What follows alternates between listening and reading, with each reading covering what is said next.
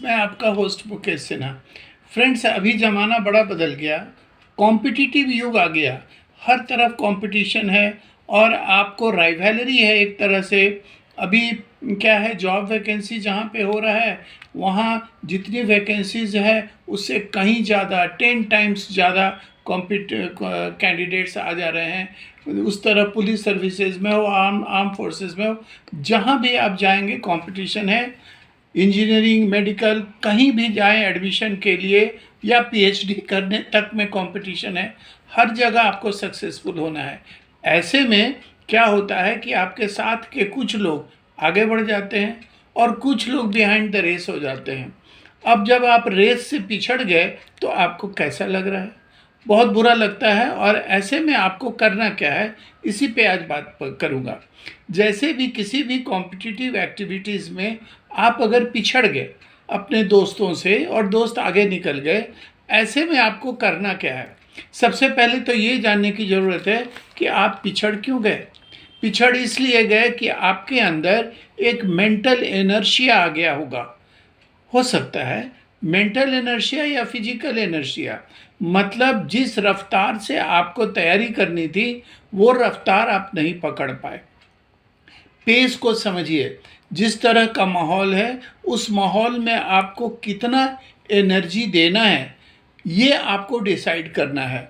इसी को बोलते हैं इनर्शिया। अगर आप स्लो हो गए तो आप मेंटल इनर्शिया या फिजिकल इनर्शिया के शिकार हो गए। दूसरा कारण ये होता है कि आपका जीवन स्तर कैसा है। कहीं जीवन स्तर आपका आराम आराम करने का तो नहीं है। कहीं ऐसा नहीं कि आराम से उठेंगे, सो के आराम से पढ़ाई करेंगे, आराम से फिजिकल एक्टिविटीज़ करेंगे। तो ये आराम वाला कॉन्सेप्ट हो ना, वो बड़ा हराम है। आराम करना छोड़ दीजिए। और तीसरा चीज़ है आपका कंसंट्रेशन। जिस काम के लिए आप तैयारी कर रहे हो उसमें आपका फोकस अप्रोच कैसा है, कंसंट्रेशन कैसा है, ये भी डिपेंड करता है। कहीं उसके कारण तो आप नहीं पिछड़ रहे हो। और क्या है कि आप न्यू टेक्नोलॉजी को कितना एक्सेप्ट कर रहे हो। न्यूअर टेक्नोलॉजी को एक्सेप्ट करो, न्यूअर फाइंड आउट करो वेज ऑफ सक्सेस। कहाँ कहाँ वेज ऑफ सक्सेस है इसको देखो।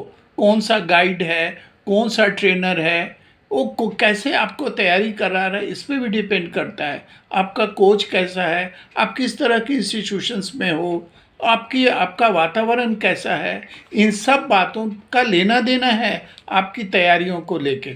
और तीसरा है आप कितने स्किल्ड हो उस काम के लिए जो काम आप करने जा रहे हो। तो इतनी चीज़ें हैं जो आपको अपने रेस से पीछे की ओर ले जा रही हैं, राइट। तो अब मैं ये बताना चाहता हूँ कि आप सक्सेसफुल कैसे होगे इस कॉम्पिटिटिव युग में। सबसे पहले तो आपको करना क्या है, आप जो भी काम कर रहे हो, तैयारियां कर रहे हो, कैसे कर रहे हो, क्यों कर रहे हो, आपका गोल क्या है, इसका एक रिव्यू करो। सेल्फ रिव्यू करो। और आपको रिव्यू करने नहीं आता है तो गाइडेंस लो किसी से। रिव्यू करो कि आप कितना एनर्जी दोगे, कितनी तैयारी करोगे, कैसे करोगे, आपको सपोर्टिंग एलिमेंट्स क्या क्या और कहाँ से मिलने वाला है, इस पे रिव्यू करना बहुत ज़रूरी है। और उसके बाद आपको ये तैयारी करना है कि आप कहीं जल्दीबाजी में तो नहीं हो। अगर जल्दीबाजी में हो रहोगे तो आप क्वालिटी आउटकम नहीं दे पाओगे। अगर क्वालिटी देना है तो आपको थोड़ा ठहर के, थोड़ा समय दे के, थोड़ा आप उसकी तैयारी करें। और आपको करना क्या है कि आपके अंदर एक कॉन्शसनेस होना चाहिए, फार साइटेडनेस होना चाहिए। You should be far sighted. भविष्य में क्या होने वाला है इस पे डिपेंड करता है आपका सोच, राइट। और हमेशा शांत रहें और कूल रहें और प्रॉब्लम में न फंसे। अगर रेस में पीछे भी हो गए तो बहुत ज़्यादा निराश होने की ज़रूरत नहीं है, अपने को समझने की ज़रूरत है। और लास्ट में एक टिप देता हूँ, आप कहीं ना कहीं से एआई का सपोर्ट लीजिए। आर्टिफिशियल इंटेलिजेंस में वर्ल्ड वाइड इंडिया का एडेप्टेबिलिटी 96% है, सॉरी 69% है। तो 69% जब इंडियन लोग में अंदर एडेप्टेबिलिटी है, आप में कितना है ये भी ध्यान दीजिए। और आप एआई का सपोर्ट लीजिए, आप सक्सेसफुल हो जाएंगे। और सबसे बड़ी बात, जब जागा तभी सवेरा। Thank you.